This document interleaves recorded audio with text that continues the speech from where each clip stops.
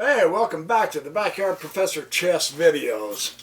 We have a wonderful chess game to go through. I will try hard not to always pick at my ear. I have a feeling the hair in my ear or on my ear is driving me nuts and I subconsciously rub my ear. I noticed that on the last video. Whatever. You know, I have odd habits. You know, stuff like that. Again, Artur Yusupov. Boost Your Chess Beyond the Basics, number 2. Fantastic material in the Artur Yusupov chess course. It's games like the one I'm about to show you. This occurred in Riga, 1977. Yusupov is playing white. His opponent, Konstantinov, is playing the black pieces. It's games like this that just keep us enthralled. We say, man, if he can do that, I can learn how to do that, and you won't be wrong. It's just a matter of practice, patience and practice. I want to show you how, here we go, touching my ear again. Man, I'm going to break my habit. It's better than sticking my finger up my nose. Whatever. Hey, I'm supposed to be professional, okay? Knock it off. Okay, here we go. Okay. Now to act in all total, almost never seriousness, watch how he attacks this center. Yeah, he's not going to do it with the center pawn thrust. One, because it opens up the e5 for the knight, so that would be completely stupid. He's not going to try to blockade the pawn and then take it. And he's not going to push this to attack it, simply because the knight will take the pawn. So the c5 thrust is the good way to do that. Just, you know, here we go, touching my ear again, man. I'm telling you, you guys have to break me of that stupid habit. It is driving me nuts when I edit my videos, how often I am doing that. I'm going to have to figure something out. This is a disaster, I tell you. E3 solidified the center. Yes. Now, here's the problem. It's true, he attacked the center. Right. Yeah. And, I mean, if you're going to attack the center, take the pawn. Yeah. However, he shouldn't have made that move if he wanted to do the move that he makes next time. Watch this. C takes d4 and E takes d4. Okay, now that we're at this point, Konstantinov then pushes d5, and he said, whoa, whoa, whoa, wait a minute. This is all wrong, because if he was really intending on pushing d5, he should not have taken d4 the play before. Now watch how this develops out. This is really interesting. What this does for white is, on looking at it, now he has the partial open E file that he can use.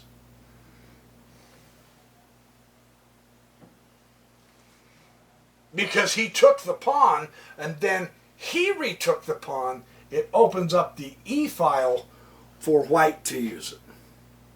And it's a central file and it's a deadly attack file.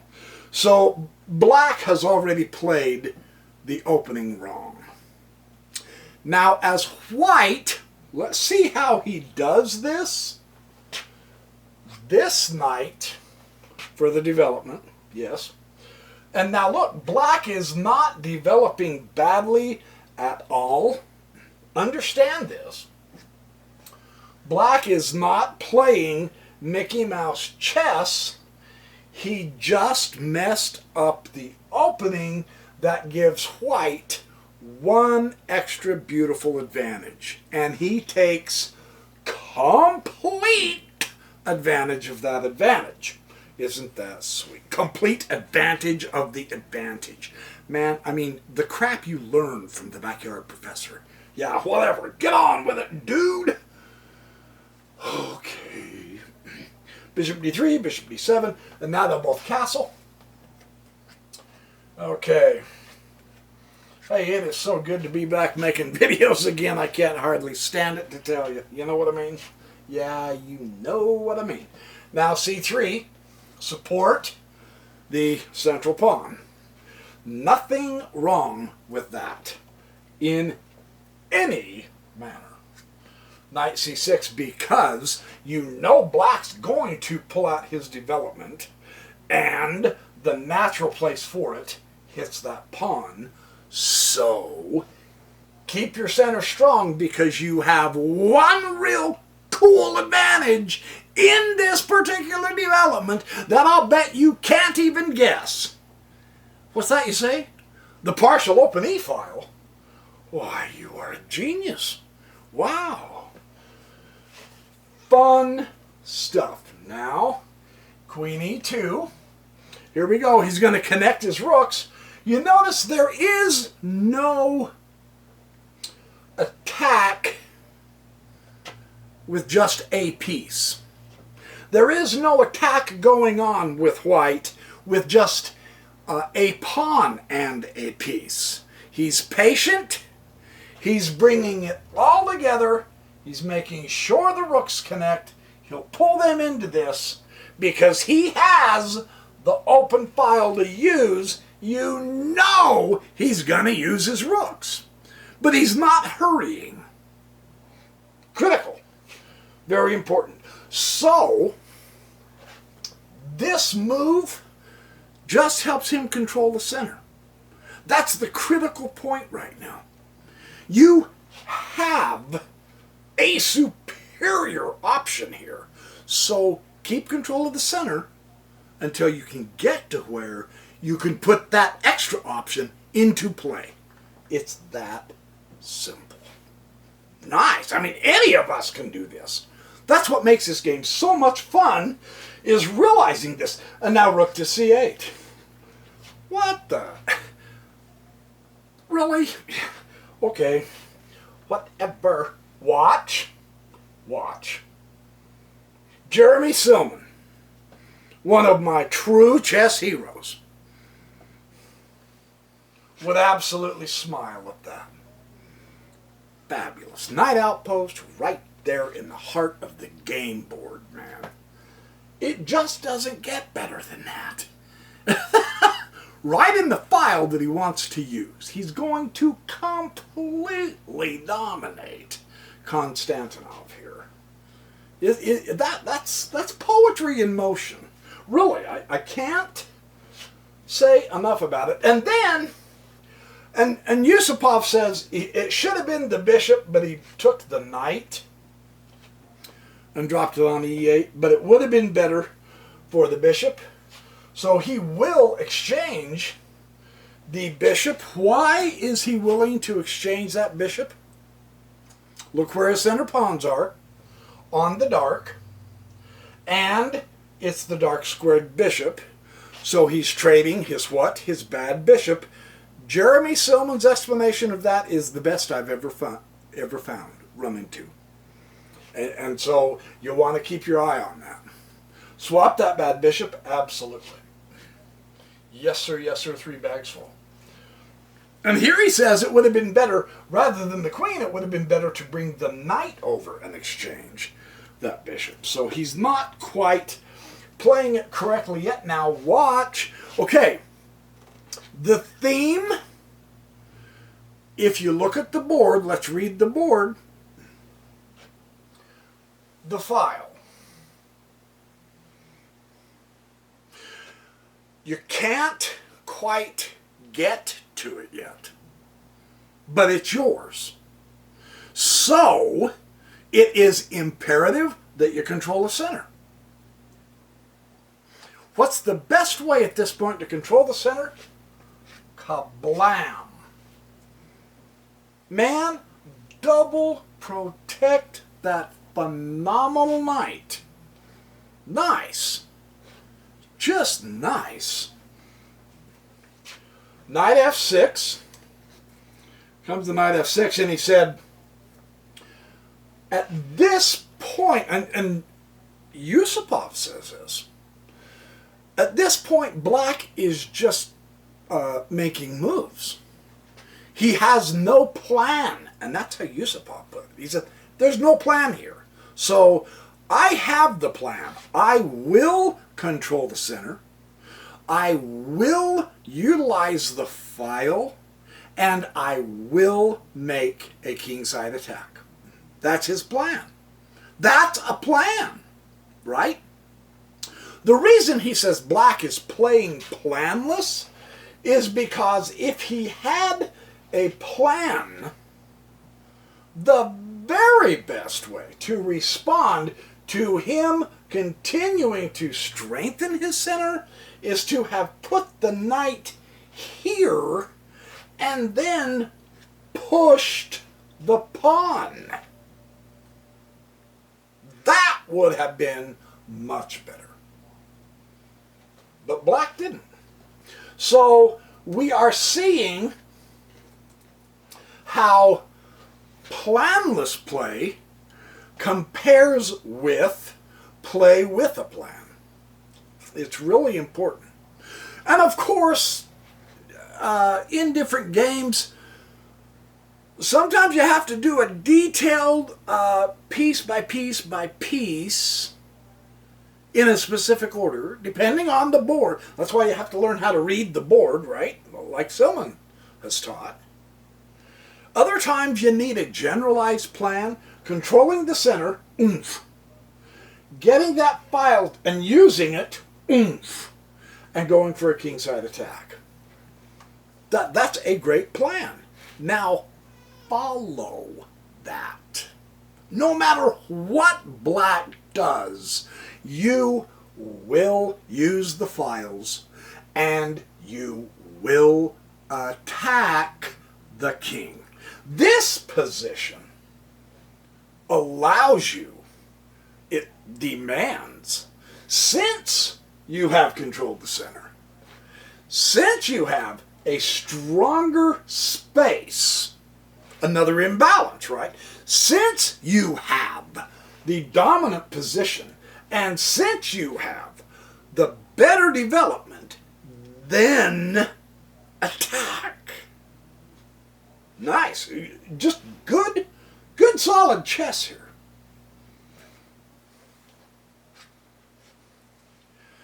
Now, when your opponent does this, sincerely, I didn't even have to look at the note, and I can tell you what he's going to do.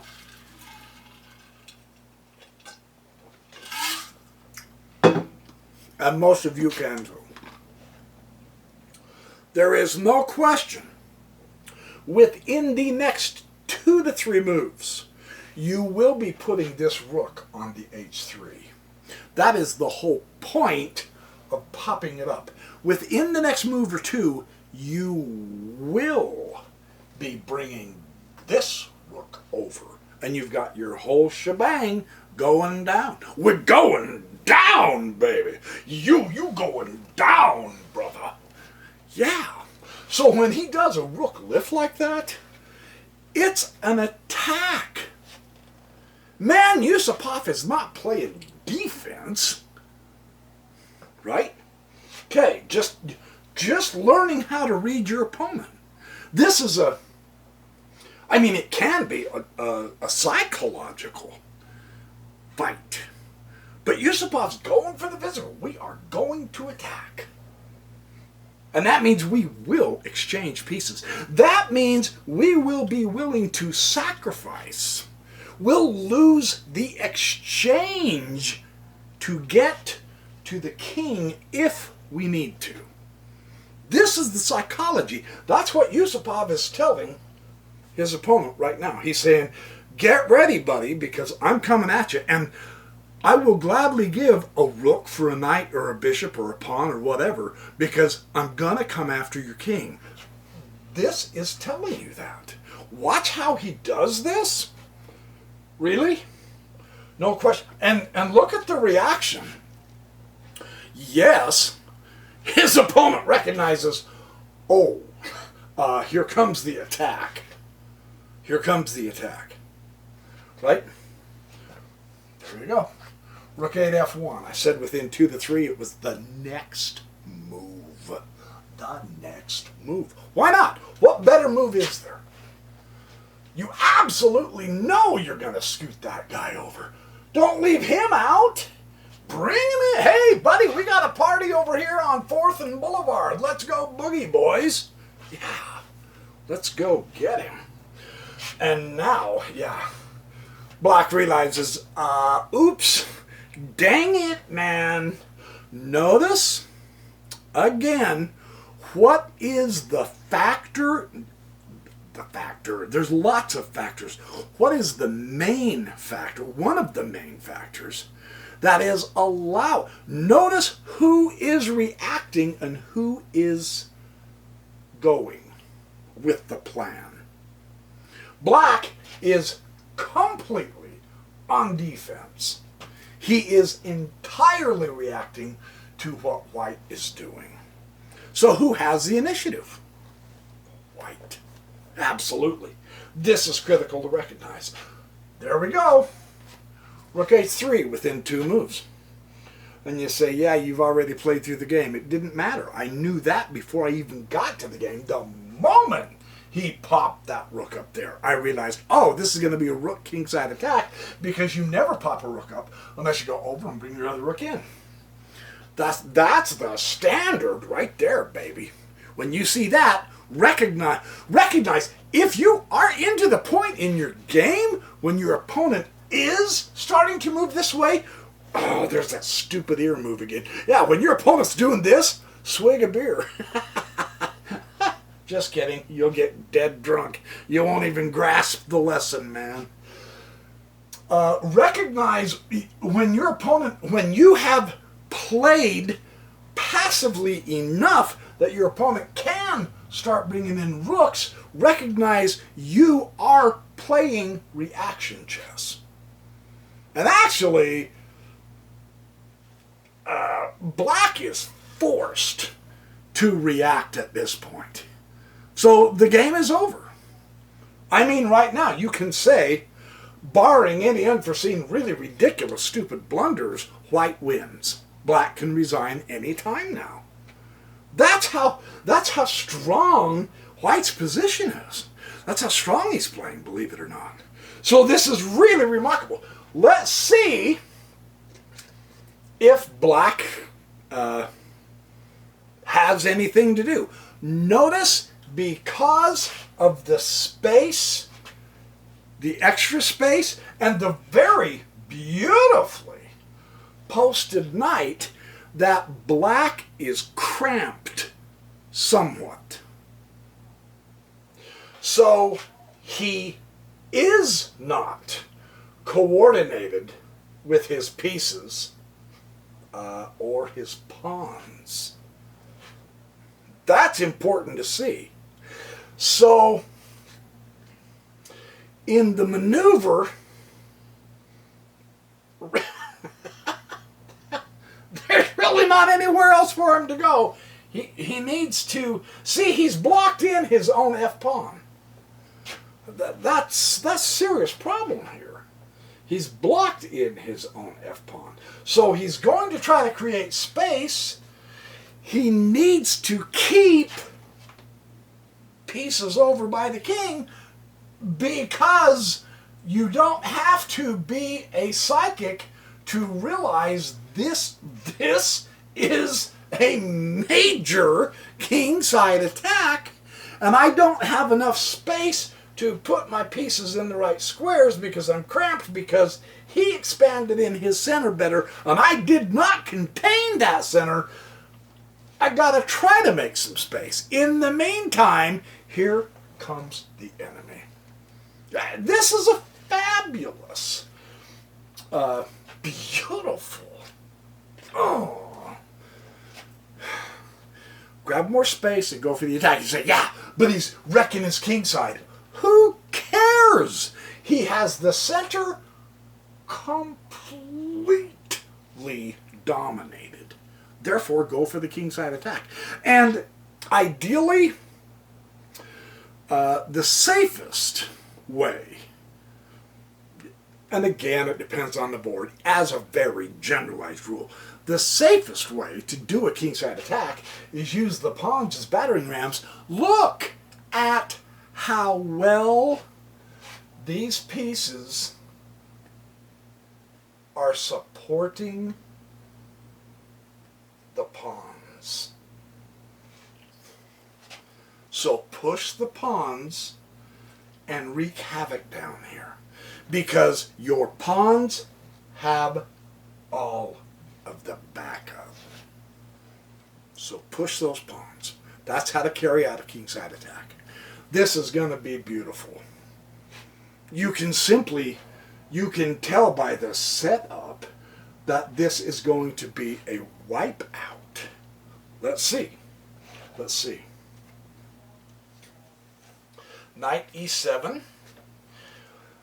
See, the queen had to get out of the way, stay in the center, because you have to try to radiate as much power as you can, even though you got nothing, Jack, because now you have to pull in your other pieces. You still have to push more pawns and pull in those other pieces. You're on defense, man, if you're playing black on this. This is so obvious. And white says every piece. That's so Yusupov. Every piece. Come on in, bud. Don't sit over here. I mean, over here you're guarding this and this. No, you don't care about that and that. Come over here so that we can get up into here. So that we can... This is fabulous. This is really, really good. Well, rook to h8. He's going to try to get more defense. And here we go. You do have the backup. My goodness sake, you have the backup. You have the backup. You have the backup. Push those pawns. Oh, yeah. Great stuff here. Doesn't this remind you of Bobby Fischer? Speaking of which, I will get back onto those games of his. I will, really. I promise. I will. Well, knight h5. Look. There's nowhere else to go. I mean, there is, but there's nothing. He might have been better coming down to e8.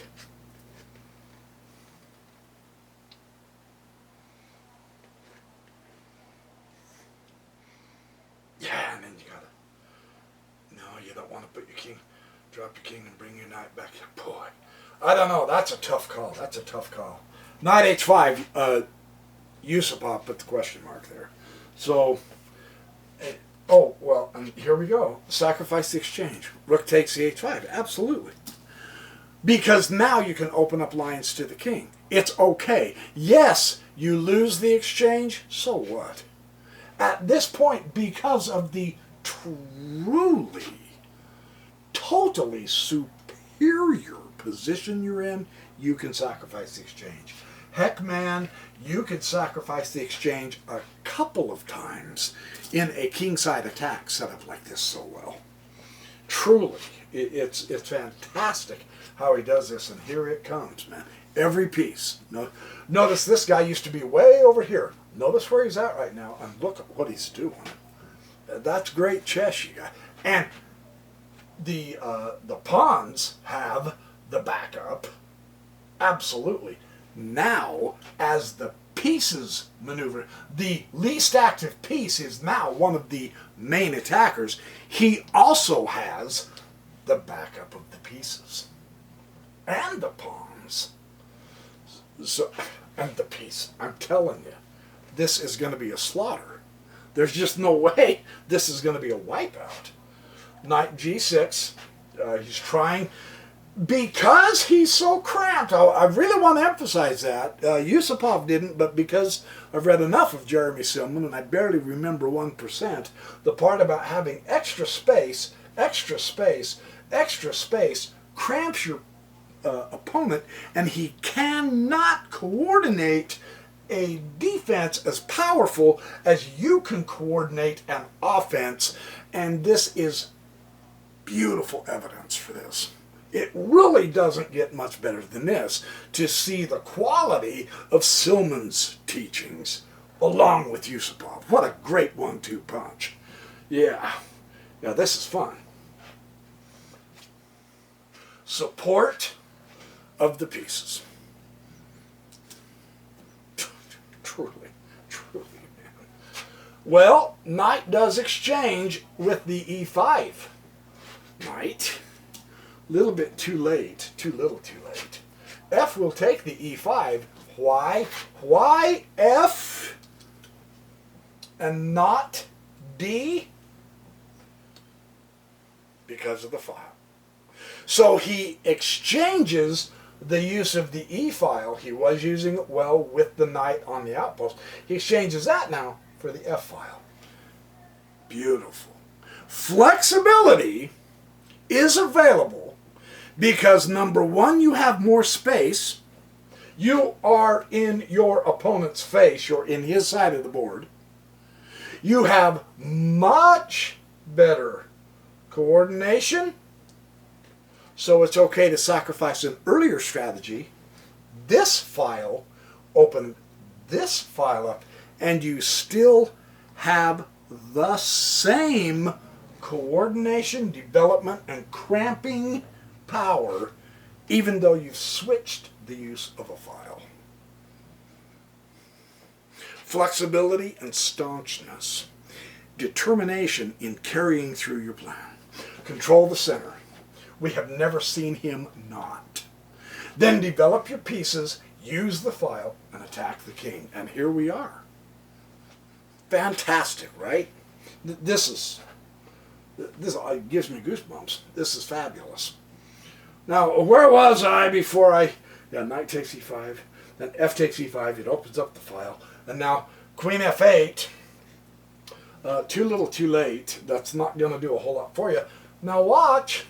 Okay, we're going to do a little bit of a maneuver again because the theme is, now, yeah, the queen is the strongest piece. True. However, the theme, the maneuverability, because you have extra space and because your pieces are much better coordinated, the theme remains back up your pawns with the pieces. So don't lead out with your queen. Use her and keep pushing the pawn. Truly, truly. This is great stuff. King goes to g8, g6. Push the pawn because you crack open the king side just a little more. And beautifully enough, that pawn is pinned. Because you were willing to open up the file. So now you can push, and that little cotton-picking pawn pushed with great authority. He has authority, man. That's a tough pawn. This is ugly for black.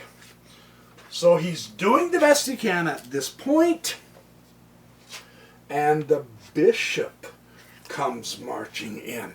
Now, what did I say?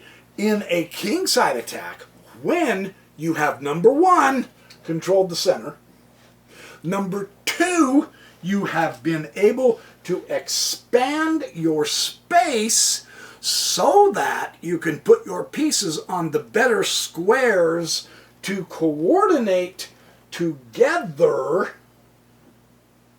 then you can sacrifice another exchange. A bishop for a pawn, except this little guy is still pinned. Wonderful file work. Open file. That is art, you guys. This is beautifully played. It's hard to express how absolutely wonderful Yusupov does with this. Again, the position, the strength, the ability, because the pieces are backing each other up, you can lose the exchange again. Check. Is that not fantastic? I mean, you haven't seen anything this beautiful for a couple of weeks, have you? King H8. Knight G6 check. What a beautiful knight fork. Everything puts together because he used his pawns to break through, which were backed up by his pieces, and because of his space, he has the ability to coordinate movements between the pieces, and he can consistently put forth powerful tactics. And look at this poor guy. Just so you know, you haven't seen him move since the first of the game, have you? Guys, that's an important key right there. Truly. This one hasn't done a whole lot either. I've got news for you. That's interesting. This is important to see. What choice have you got? You gotta take it. Yeah? Then the bishop gets the rook. Check. Discovered check. So that the so the queen comes up to h6, and now the rook comes to f3. And you know where he's going to go now. We've seen this move before with his other brother rook. He's heading to h3, and this time it's seriously nasty because the queen is in front of the king. So this is bad. Now let's speculate and say, well, oop, there's the finger in the air thing, sorry. Let's say that he does try to pin the bishop to the queen. It doesn't matter. You're out. So black resigned a move before that. These kind of games just turn me on to chess. These are without question my favorite kind of games. So instruction rich, built on just basic steps. Center control. Superior space and development. And you automatically begin to coordinate everything. Yeah, it doesn't get better than that, you guys. So there is your chess game, and I have played through this several times. I would seriously recommend, without question, that you play through this video several times to see this. Or else at least write this game down and play it till you memorize it. Whatever. I'm going to play through it several more times because this is absolutely beautiful. This is as good as Alekin ever played, as far as I'm concerned. This is as good as Capablanca ever played. As far as I'm concerned, Yusupov really put two and two together. So, anyway, thank you so much for all your kindnesses, for your support, for your enthusiastic encouragement. It means a lot to me, so I appreciate it. Now, I'm going to try to give you my best. In the meantime, be good, have fun, do well, have fun. Oh, wait a minute. Be good, do well, have fun. Make lots of money, but use it wisely and share it with those in need. That's the Christmas spirit, after all. Alrighty, you guys. Thank you once again. You have a great night. You're welcome for the videos. I'm going to try like absolutely crazy to get you several more of these little babies out tomorrow, if I can. I'm going to try to inundate you with Christmas videos. Both kinds. My chess and my philosophical, historical, religious, scientific, mystical, scriptural, fun, really interesting insight junk that makes you feel good and makes you realize that spirituality is not a bad thing. Spirituality could, in the long run, be the only thing. I will see you in the next Backyard Professor Chess videos. Come back quick.